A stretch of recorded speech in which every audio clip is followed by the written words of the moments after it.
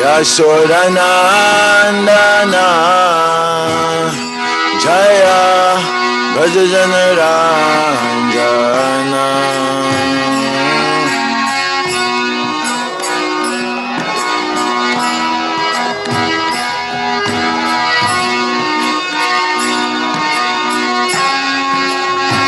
Jaya Yashodanandana Jaya Bhajana Ranjana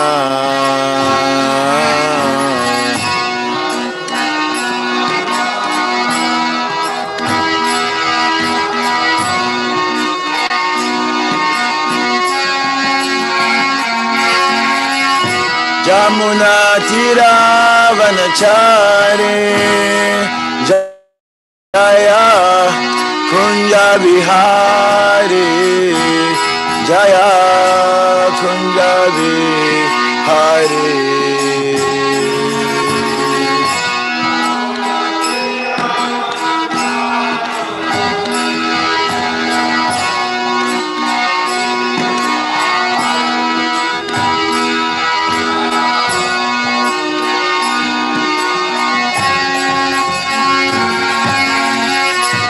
Jamuna Tira Vanachari Jaya Kunja Vihari Jaya Kunja Vihari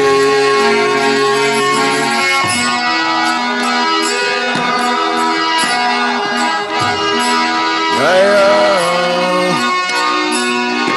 Hari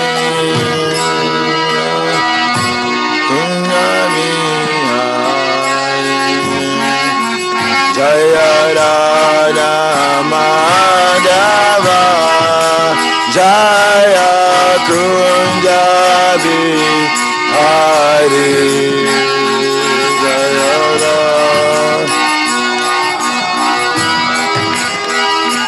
Jaya Kunja Vihari Gopi Jana Vallabha Jaya Girivaradari Jaya Girivaradari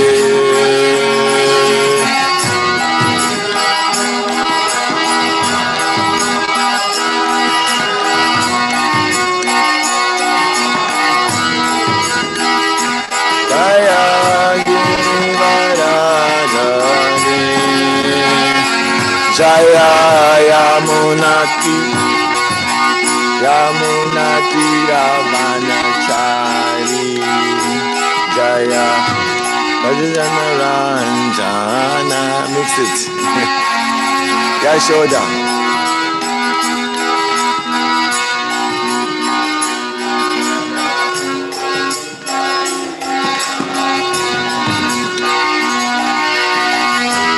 Yamuna Tira Vanachari Jaya Kunja Vihari Jaya Kunja Vihari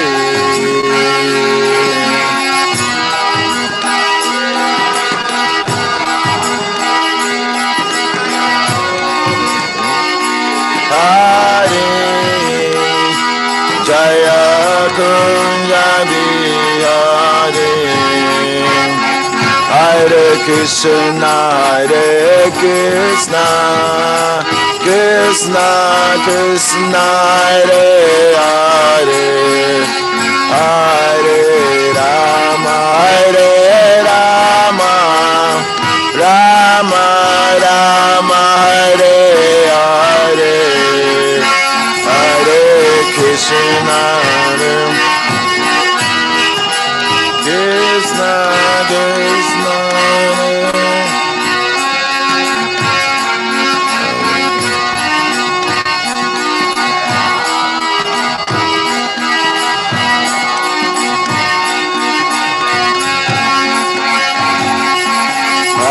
Krishna, Hare Krishna, Krishna Krishna, Hare Hare, Hare Ram, Ram Ram, Hare Hare, Hare Krishna.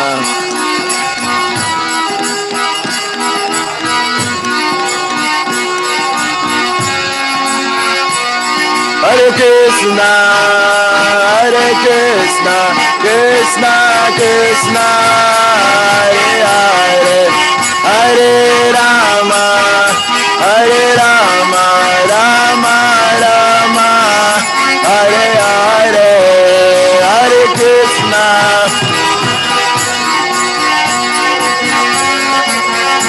Hare Hare.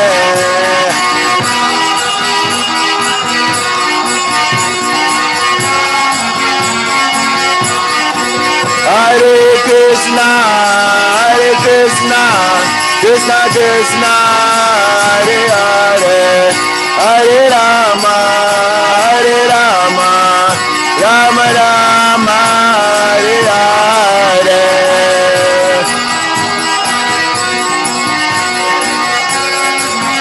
Hare Hare.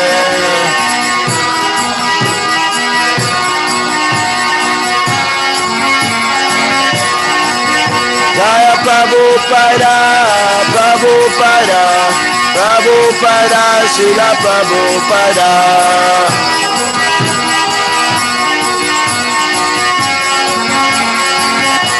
Jai Jai Prabhupada, Prabhupada, Prabhupada, Srila Prabhupada. Prabhupada.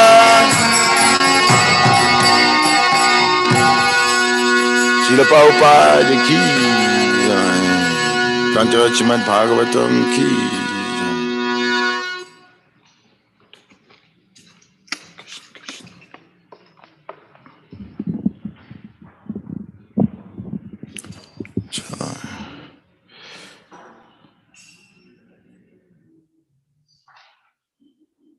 Untitled Chapter Bhagavatam ki jai. So we'll be reading from the third canto, chapter 11, text 33.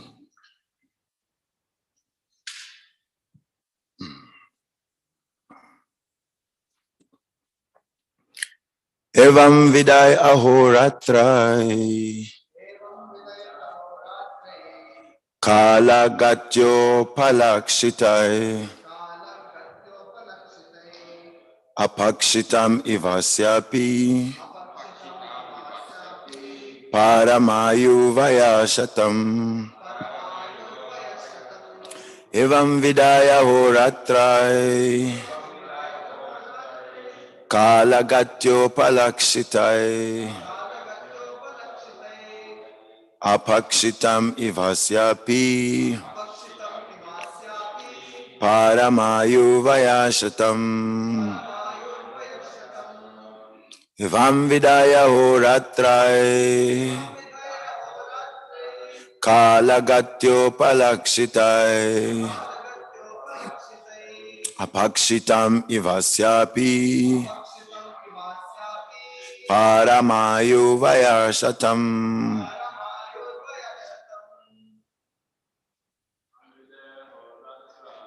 Evam vidaya horatrai kala gatyo palakshitai apakshitam ivasyapi paramayu vayashatam. Evam vidaya horatre kala gatyo palakshitai apakshitam ivasyapi paramayu vayashatam. Evam vidaya horatre kala gatyo palakshitai apakshitam ivasyapi paramayu vayashatam. Evam vidaya horatre Kala gatyo palakshitai. Abakshitam ivasyapi. Paramayu ayasatam.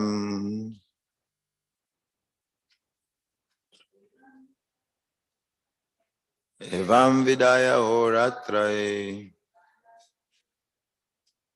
Kala gatyo palakshitai. Apakshitam ivasyapi. Paramayu ayasatam. Evam, thus, vidai, by the process of aha, days, ratrai, by nights, kalagatya, advancement of time, upalakshitai, by such symptoms, apakshitam, declined, eva, just like, asya, his, api, although, parama ayuhu, duration of life, vayaha, years, shatam, 100. Translation and purport, His Divine Grace, A.C. Bhaktivedanta Swami Srila Prabhupada. Please repeat. That's the process of the exhaustion of the duration of life.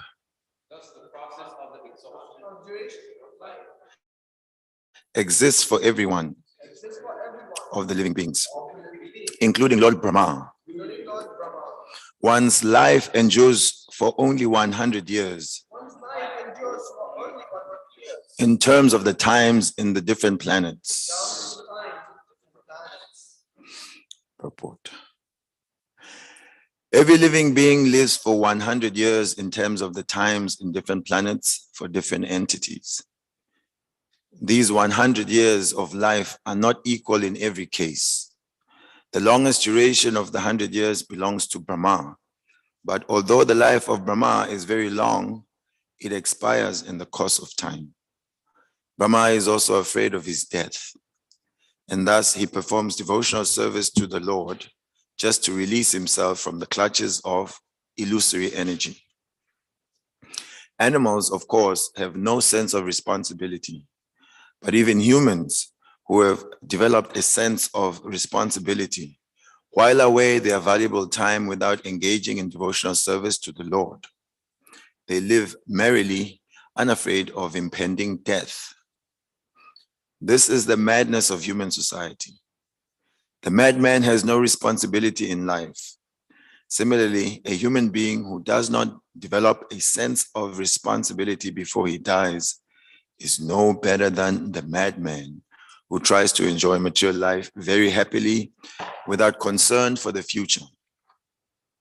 It is necessary that every human being be responsible in preparing himself for the next life, even if he has a duration of life like that of Brahma, the greatest of all living creatures within the universe. Om Jnana Timirandasya Jnananjana Shalakaya Chakshurun Militam Yena Tasmai Shri Guruve Namaha Vanchakalpatarubhyascha Kripa Sindhubhye Vacha Patitanam Pavenebhyo Vaishnavibhyo Namo Namaha Jaya Shri Krishna Chaitanya Prabhu Nityananda Shri Advaita Gadadara Shivasadi Gaura Bhaktavinda Hare Krishna Krishna Krishna Hare Hare Hare Rama Rama Rama Hare Hare. Srimad Bhagavatam, 3rd Canto, 11th Chapter, Text 33. The calculation of time from the atom. Translation.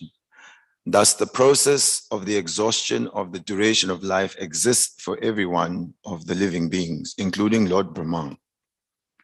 One's life endures for only 100 years in terms of the times in the different planets.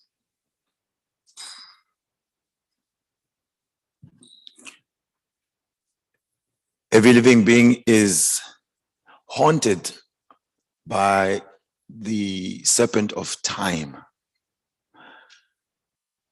Time represents the destruction of everything. Krishna has said that Kalosmi, I am time. And also he says, Mrityu haras chaham, I'm also death. And I'm here to devour everyone. So it is said that as sure as death, that is one thing we can count on, that the body will come to an end. And here in the Bhagavatam, as we have discussed previously, that we are being shown different scales of time, from the smallest unit of time to the largest unit of time. So the universe is maintained by the Lord for the lifespan of Brahma. Lord Brahma is living 311 trillion, 40 billion years. So no wonder in Christianity we hear of heaven, almost being a permanent place. Because 311 trillion, 40 billion years, if you think of it, it's almost inconceivable how long that is in human years. So the Bhagavatam is giving us a very vivid example of the most celebrated person in the universe, one who lives the longest, which is Lord Brahma. That even he has a fear of death. We hear that Lord Brahma has lived over 50 of such years. And it is common, even in human society, that once we go over 50, also the fear may increase, especially if one is living a materialistic life, a life which is devoid of a conception of an afterlife. And what to speak of an afterlife, but a positive one, where you are eager to go.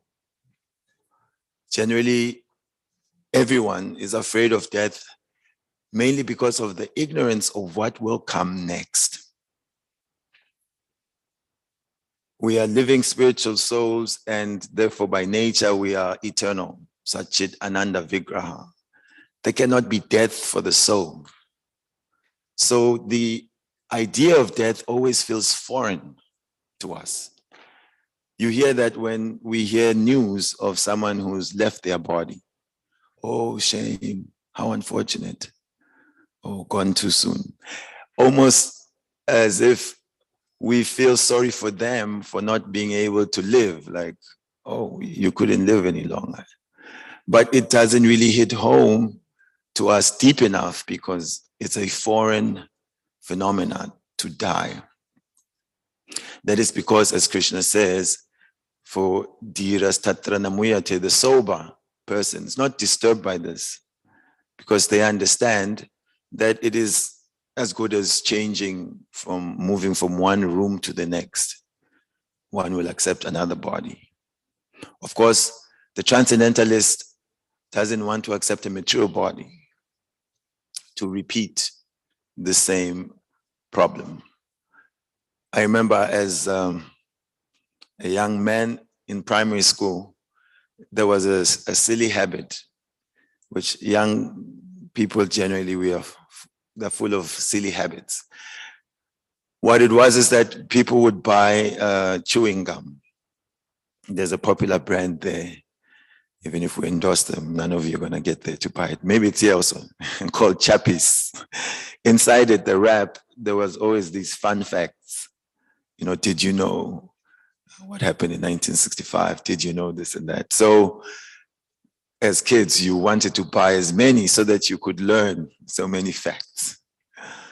And what would happen is that in the classes, the teachers didn't allow us to be chewing gum.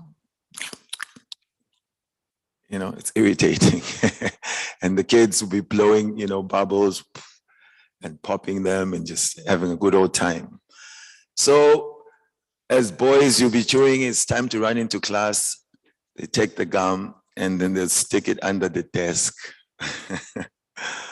So when the period ends, you see the boys pulling out their stash, to chew again. So for kids, it just seemed normal. Yeah, you couldn't chew it in the class. There's still some sugar in there, some sweetness. You continue. Bhagavatam says, Puna punas chavita chavanana. This is embarrassing for the soul in terms of repeating birth and death again and again, which is compared to be as good as chewing that which has already been chewed. Just to take it a little further, we generally all like, cookies. We have cookies in front of us. Children especially.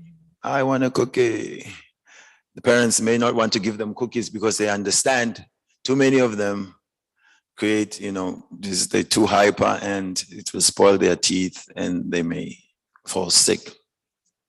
But although everyone loves cookies, if I took one or two of these cookies and I popped them in my mouth and I started chewing, as the dentists recommend, 33 times, give it a good chew.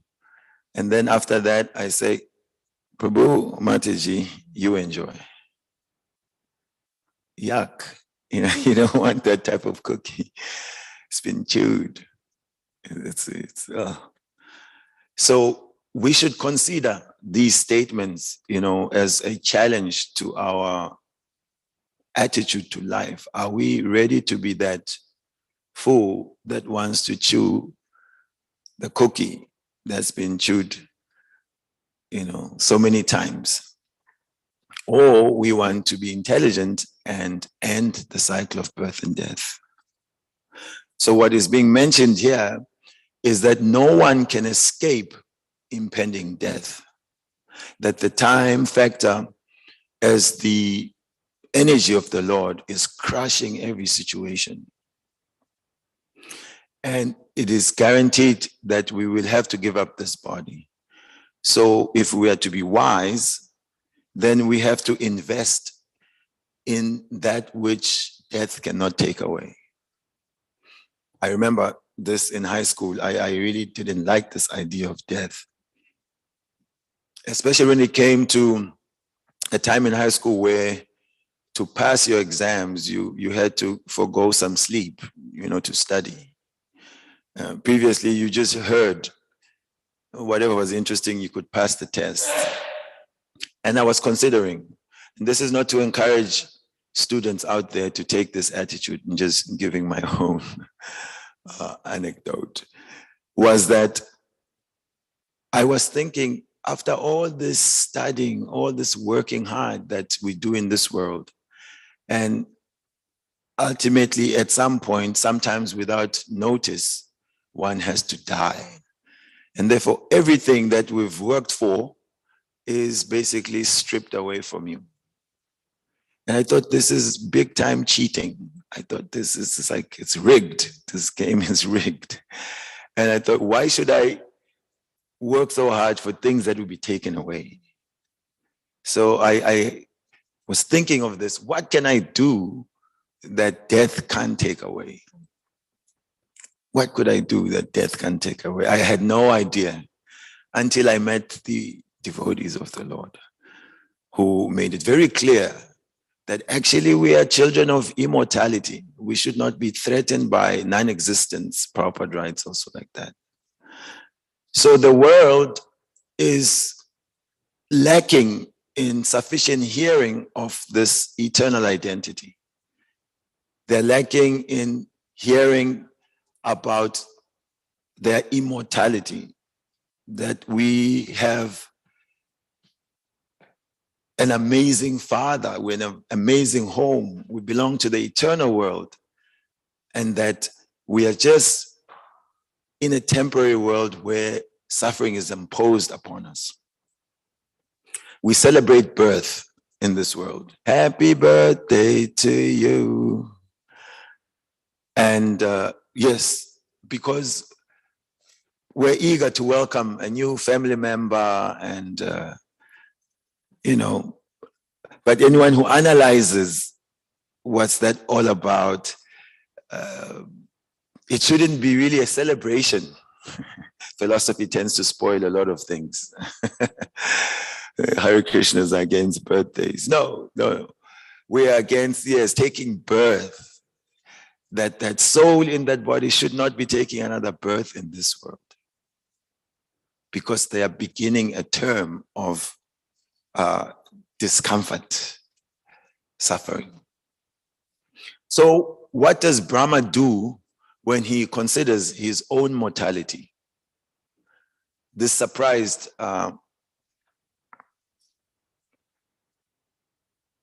this demon Vrikasura, and also Hiranyakashipu. Many have come before Lord Brahma. Hiranyakashipu is very classical. The pastime is going to be celebrated just next Sunday. He thought about it and he could understand death is a problem, and he wanted to overcome this problem. So he performed tapasya. It is not really that tapo divyam that is recommended by Lord Rishabhadev, but it motivated by great material desire. So when Lord Brahma came before him, he asked for all these benedictions. We know how many they were. I don't want to be killed inside or outside, in the air, on land, in water, by any man-made weapon, by any animal or human. Because first he went straight. Look, I did the work and I want immortality. Lord Brahma said, well, I can't give you what I also don't have. So the demoniac means he's also intelligent. Intelligence is given to all, but when we use our intelligence to try and load it over in this material world to bypass the laws of God, then it's durbudi, bad intelligence. Anyway, he asked for all these benedictions and he thought he got immortality. But the Lord came to prove him wrong, that this, from the highest to the lowest, or the lowest to the highest, all are places of repeated birth and death. So Lord Brahma understands this, and he then engages in devotional service to counteract the fear of death, and also not only counteract the fear of death, but to guarantee himself promotion to the spiritual world. So if Lord Brahma, who lives so long, has a fear of death, and then he also has a remedy for the fear of death, that we should be following his example. He is, of course, the head of our own Sampradaya, Brahma Madhva Gaudiya, Vaishnava Sampradaya. So the Acharya, he sets the example that devotional service will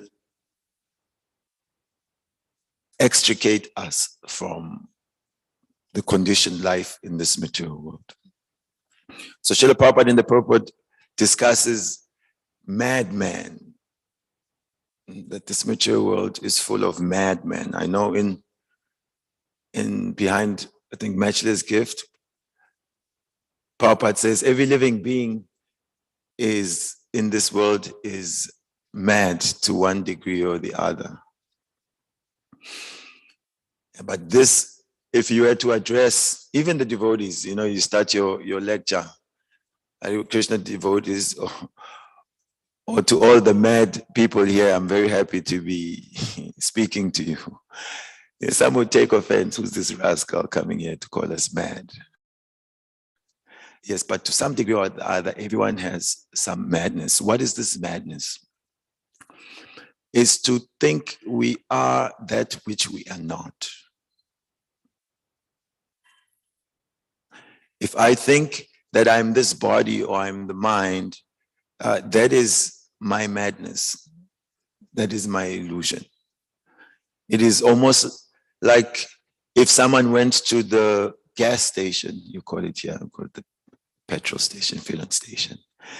Went to the gas station and, drove in and Well, in South Africa and in the UK, I think other places, there's petrol attendants. In America, there's none of that. It's self-service. I think UK also same. But yeah, in South Africa, there's petrol attendants. So you get there, you tell the man 95, 93, diesel, whatever it is that you need for your car. So if someone pulled up there and asked for whatever gas they wanted and then stuck his own mouth out the window to take the diesel or the petrol, it'd be very clear this person is mad, because there's different nourishment for the car that he's driving than nourishment for himself. So the diesel has to go into the petrol tank, well, the diesel tank, not into the man's mouth. So in a similar way, we are different from the body that we live in. And therefore, there's a different nourishment for the soul than there is for the body.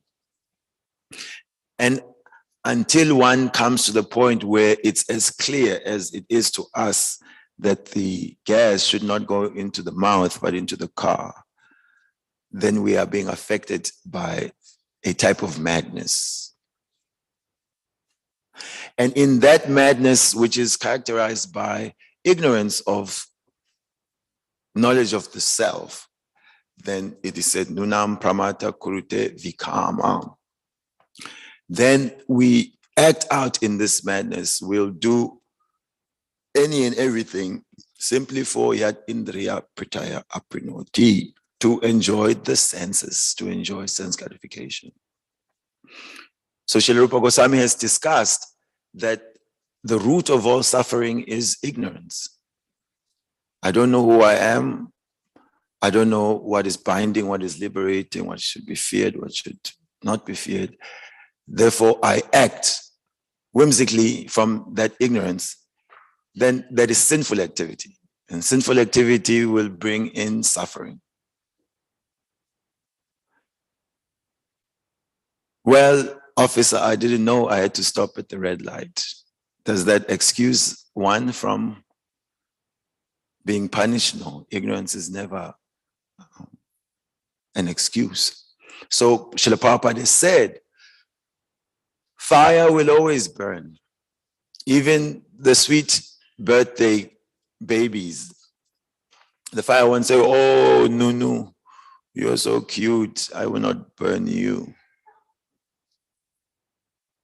I'd lose my name and fame. I burned a cute child. No, by nature, fire burns. So whoever touches fire gets burned. So when the living beings enter into this material world, we are here, we are being affected by the modes of nature. And specifically this mode of ignorance and passion, as we heard yesterday, they weigh heavier on the living being.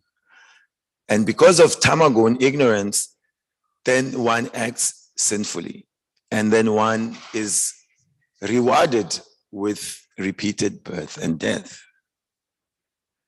So Lord Brahma is hinting that counteract this madness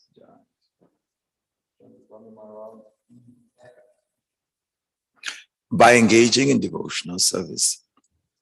Otherwise, it is said, Ayuharati Vaipungsan, Ujjanastan Chayanaso, that both by the rising and the setting, the sun is taking away the lifetime of everyone.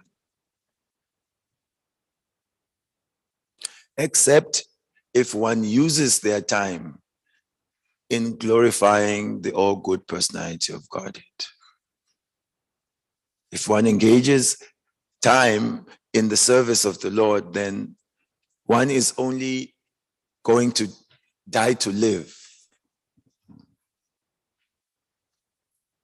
And this is what we want. We want that, like the kitten in the mouth of the cat, although the cat has very sharp teeth, the kitten feels safe being held by the mother's sharp teeth. But the mouse is in great, great fear. For him, this is death. So time should not present us with the fear of death, but time should be a vehicle which is moving us ever closer to our most beloved Shishirada Govinda. So as far as the relativity of time goes, I looked up different animals and their average lifespan. If Brahma is also fearing death, and it is said that he gets 100 years. So his experience of that 311 trillion, 40 billion years is relative to him, it's like 100 years. Although it's very fantastic a number to us, it's still, according to the design of the universe, experienced as 100 years. And we see that we just spoke about mice. It said that they live for 3 years of the humans. Of course, they have a lot of predators, so that 3 years they may not live to see it. Cats and humans hunting them down. Dogs, their 100 years is about 12 to 15 years of our human years. And cockroaches, could guess how long they live. Oh, 100 years. Yes, 100 years in cockroach years is how many in human years. Oh. No, it said about 20 to 30 weeks they live. And then a housefly, who knows how long a housefly lives?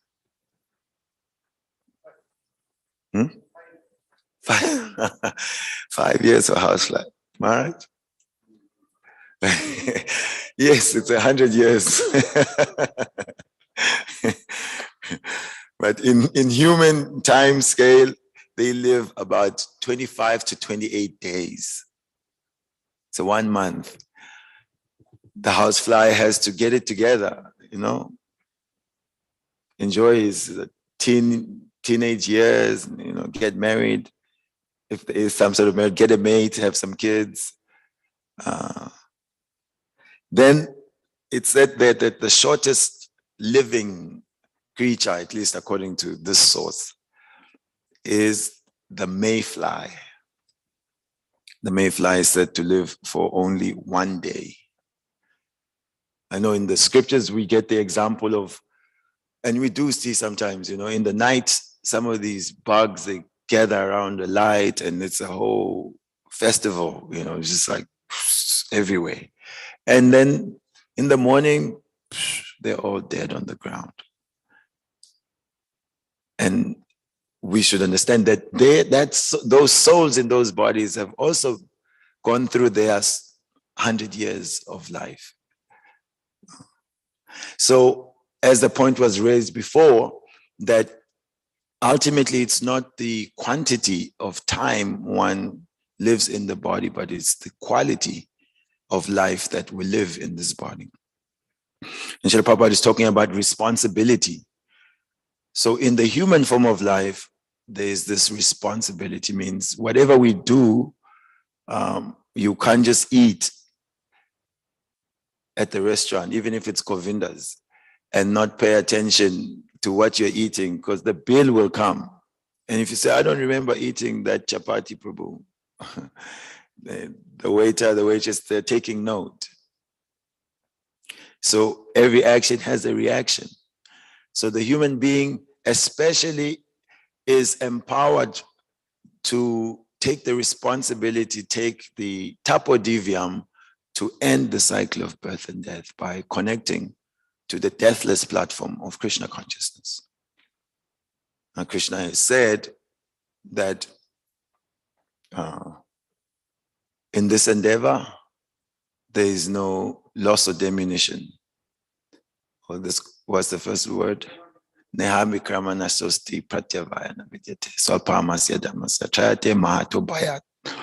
In this Krishna consciousness endeavor, there will be no loss. So every aspect of our connection to Krishna is a gain. Generally, everyone is accepting this principle that no risk, no gain, right? So we get encouraged, go for it, go for it. If you don't put yourself out there, you'll never achieve anything, you won't gain anything. So even in Krishna consciousness, in the beginning, we think we are risking. Oh, my social life, because your friends, they ask you, and then you're really serious with this Krishna stuff. Your relatives, they think it's a phase or something, and they try to find any negative to discourage you. Oh, it's a cult. That word is just like poison on its own. It's like religion. Oh, you joined the religion, so you committed suicide. So, because we have heard from Srila Prabhupada and his representatives, and by their mercy, it makes sense. Oh, actually, I'm stuck in this body. Death will take it away. I don't want to repeat the same problem. I don't want to chew that which has already been chewed. Therefore, we take a plunge. Okay, I'll do it. Sometimes it's even to the point of joining temples and being ready to sit on the floors and day after day, year after year, bowing down everywhere, doing all sorts of things that people consider part of just cultish mentality. So, okay, no risk, no gain, we do it.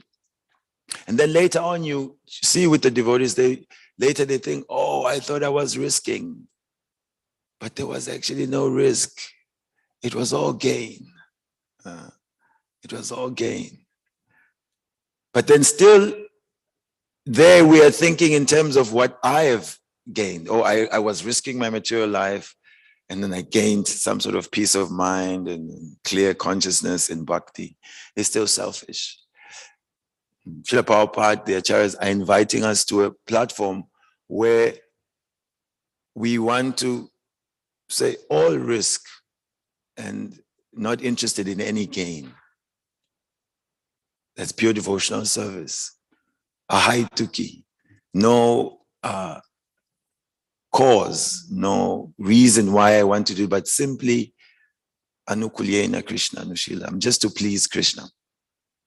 So that platform is what will attract Krishna when we are engaged simply for Krishna's pleasure, without any motivations. And then Krishna becomes attracted to that quality of devotion, and taking us out of this material world is his joy to do that. So this responsibility of a devotee never ends. And it's not a responsibility which is just a burden. In this world, when you hear, you have to take up responsibility, it's just like, what do they want me to do now? It feels heavy. But Srila Vishwanath Chakravarti Thakur says like that, for the wealthy man, the weight of a heavy wallet is not a problem. In fact, they are happy to have a heavy wallet. It's the burden of love. So when there's love, then there is no limit to what one is willing to do on behalf of the beloved. In that way, while we are here, we are requested to take up the missionary spirit. That our acharya took up all sorts of risks, all sorts of burdens and troubles to come to this very city, New York City, not too far away from here, and began this worldwide movement, which is meant to wake up the sleeping souls. Jiv Jago, Jiv Jago. Don't sleep on the lap of the witch Maya. So the devotee's responsibility is to try their very best with whatever means are available to them to let others know of this process that will help us to overcome this fear of death. And that will help us avoid the risk of losing the human form and falling deeper into the bondage of different species of life. And we have even a greater responsibility. Prabhupada said that if one who has come and leaves, this is unfortunate, you know. It's unfortunate, but we at least have to take up Krishna consciousness ourselves. If at all someone has to gain from this good fortune, we have to personally gain. Not that we are only thinking to help others when we ourselves are drowning. So how to fish without getting wet? Okay, here we don't want to fish really, so it's not so good example. So that responsibility is what the spiritual master is asking the disciple, that we commit to some serious practice of sadhana bhakti. By that serious practice of sadhana bhakti, we will gain the strength and will gain the clarity of mind and, you know, discrimination to know how to proceed in this world of dangers, and also how to help others who may need our help. So the message is getting away from the madness of ignorance and passion, where we're just flapping around for a few years and then repeated birth and death. Take up some responsibility by being heroic and taking up the bhakti process. And then not just only being salvationists for our own deliverance, but being activists also, marrying the two, being out there. And especially Lord Chaitanya loved that process, which is to chant the holy name in the public spaces for the hearing and the benefit of the conditioned souls. Throughout his Leela, we find he speaks to a few people, all this philosophy. But for the masses, his program is Harinam Sankirtan. He was emptying out villages by chanting the holy name. And this is not a very difficult process at all. But sometimes there is the risk of trying to create just islands for ourselves in the sanctuary of the temples, and us and the friends and Jai Jagadisha Hare Haribol and prasadam and festivals for us and for us and for us. Then we become like the bee. The honey bee is making nice honey, very nice. Many people like honey, yes. So the bee makes and doesn't stop making nice honey until he's trapped in his own honeycomb and dies in there. So we don't want to drown in sweet rice, you know, so many festivals just for us. Yes, the devotees are very important, but there is also so many people who would love to taste that sweet rice. And if we take it out, there's a better taste to take it out. So we are calling for more evangelism. And in New York, so much is happening. Big Rath Yatra, Harinam every day of the week. So very good example from the birth city of the Hare Krishna movement. So whoever is at home, please hit the call, come find out how you can take part and take responsibility for your spiritual life and for propagation of Krishna consciousness. So thank you very much for your ear. Srila Prabhupada ki jai. Is there anyone with any thoughts, any comments? Kantara. Okay, something. Thank you, Prabhu. Hare Krishna.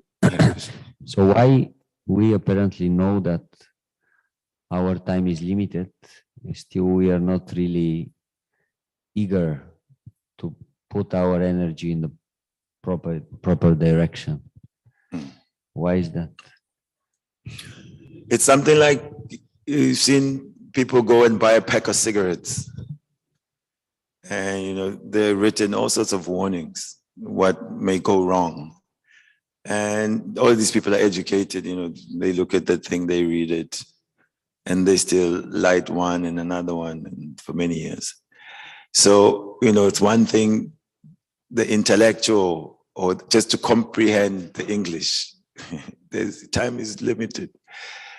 But to realize it, that means to apply oneself, takes some adhika. The more one becomes purified, then it is said, like in the level of bhava, avyata kalatvam, they don't waste time. We heard of that sage that is supposed to live for as long as there's hairs on his body. And he's always busy. Someone said, build yourself a hut, so you don't just live outside. I don't have time. So by realization and by taste of the spiritual substance, then it's just naturally one is absorbed in the taste of Krishna consciousness. That it's not even a matter of like just, there's no time thinking only, but by experience one understands, how can I not be connected to such a platform of Ananda? So what is recommended for us then is to stay very close to such advanced, fixed up devotees. And we get carried along by the power of their taste, of their connection. And also when they remind us, it goes a little deeper than when we just read it ourselves, because it's coming through not so pure consciousness that we may read it, we may not take it in as well. But when we hear also directly the sound vibration of advanced souls, it penetrates. We hear of Srila Bhaktisiddhanta Saraswati Pad, that he was debating with that one guru of astrology. And that he said his vibration was so powerful that the man lost control of his bowels. Such a powerful vibration. And he said, the instructions he gave his disciples, they just could not forget them. It's just such powerful vibration. So there is also that need to constantly hear from devotees who are very well situated. That helps a lot. Yeah. Thank you very much. Srila Prabhupada ki jai. Grantaraj Srimad Bhagavatam ki jai. Gaur Premanande.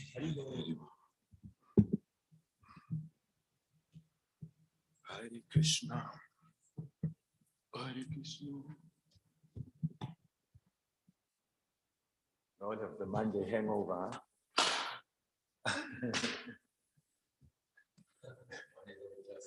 Yeah. Sunday.